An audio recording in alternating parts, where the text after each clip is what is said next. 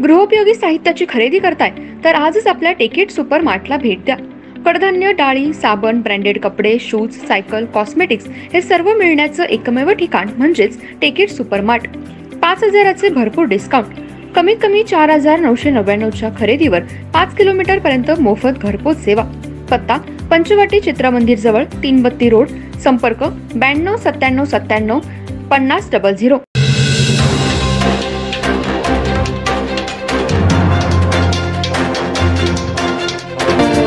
नमस्कार, मी तेजस्विनी मगदूम। एम मराठीमध्ये आपल्या सर्वांचं स्वागत आहे। पाहूया ठळक घडामोडी।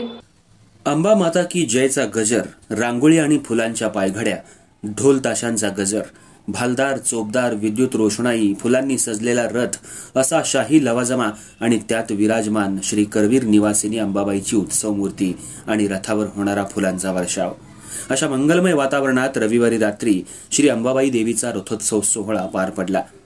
ज्योतिबा चैत्र यात्रेच्या दुसऱ्या दिवशी दरवर्षी हा सोहळा पार पडतो।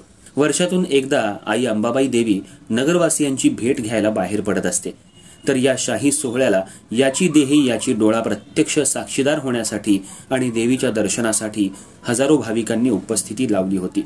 कोल्हापूरमध्ये नेहमीच विविध धार्मिक उत्सव होत असतात, मात्र या विविध उत्सवांमध्ये श्री करवीर निवासिनी अंबाबाईच्या रथोत्सवाचं विशेष महत्त्व आहे। कोल्हापुरातल्या या रथोत्सवाला फार जुनी परंपरा असून दख्खनचा राजा ज्योतिबाची मुख्य चैत्र यात्रेच्या दुसऱ्या दिवशी श्री अंबाबाईचा रथोत्सव सोहळा पार पडत असतो। त्यानुसार यंदाही ज्योतिबा यात्रेच्या दुसऱ्या दिवशी श्री अंबाबाई मंदिरात रात्री 9:30 वाजता तोफेची सलामी दिल्यानंतर अंबा माता की जयच्या जयघोषात रथोत्सवाला सुरुवात झाली। सुंदर अशा पद्धतीनं सजवलेले देवीचे रथ आणि रथापुढं मानाचा घोडा होता, तर रथावर देवीचा चोपदार, हवलदार, मशाल आणि सुरक्षा रक्षक होते। परंपरागत वाद्यांच्या गजरात अंबाबाई मंदिरापासून रथोत्सवाला प्रारंभ झाला।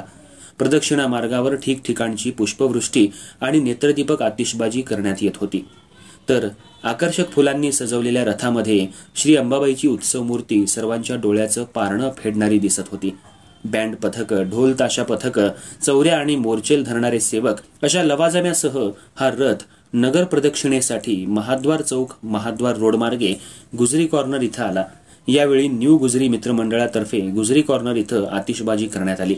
इथून रथ पुढे मार्गस्थ झाला आणि भवानी मंडपामार्गे तुळजाभवानी मंदिरासमोर आल्यानंतर देवीची आरती करण्यात आली।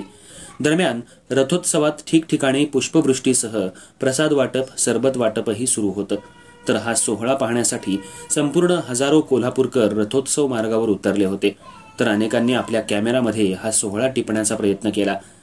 ज्योतिबा डोंगरावरील चैत्र यात्रेच्या दुसऱ्या दिवशी श्री करवीर निवासिनी अंबाबाईचा रथोत्सव पार पडत असतो।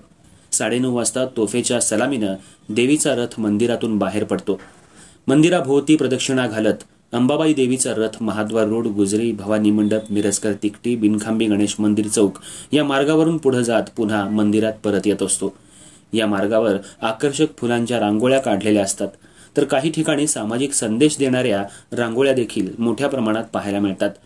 यंदा मात्र श्री महालक्ष्मी अन्नछत्र सेवा ट्रस्टच्या वतीनं महाद्वार रोड इथं आकर्षक अशी विद्युत रोषणाई केली होती, जी प्रत्येकाचं आकर्षण बिंदू ठरत होती।